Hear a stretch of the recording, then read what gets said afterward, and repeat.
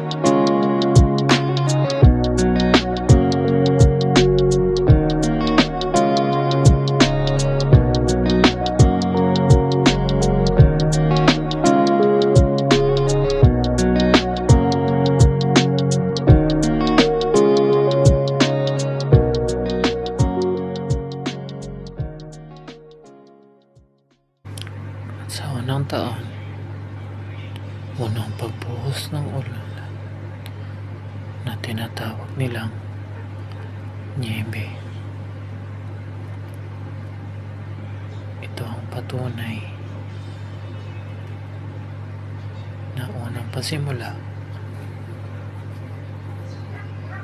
ng aming mga pagsapalaran dito sa ibang bansa.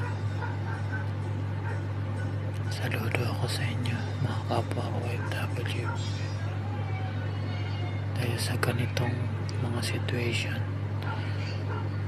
na panibago sa ating mga buhay na dumarating, na natili kayo ay matatag, naging excited,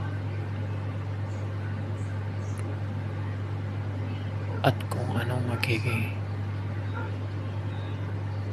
mangyari bukas, patuloy lang sa laban, walang susuko, kung sa dulo mapalad ang mga nagtitiis.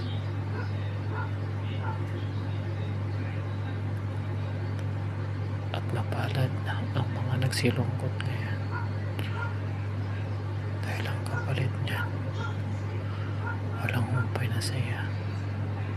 Patuloy ka lang maging mabuting tao kahit anong hamon ng buhay.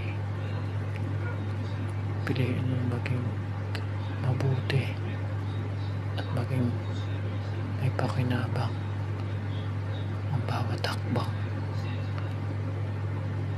ang iyong gagawin. Naway pala rin tayo at gabayan ng ating poong may kapal,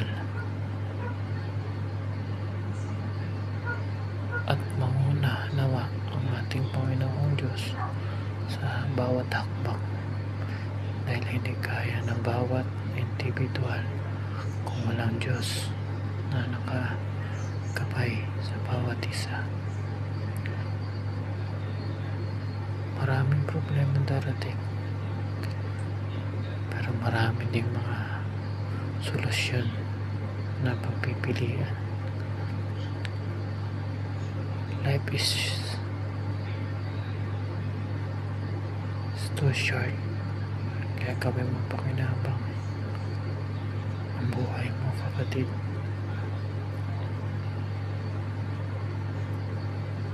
Palagi ka lang maging mabuting tao. Mata sa langit, paa sa lupa. Patuloy ka lang palagi sa buhay. Maraming salamat sa inyong panonood. Ako'y kapulutan nito ng bawat isa sa atin na huwag basta-basta susuko.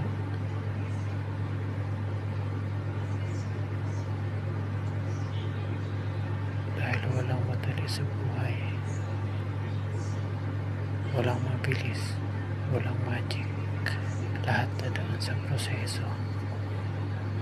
Kaya saludo ako sa inyo mga OFW, mga nagtitiyaga hanggang ngayon, mga nahihirapan ako ngayon. Patuloy lang kayong lumaban hanggang sa dulo. Dahil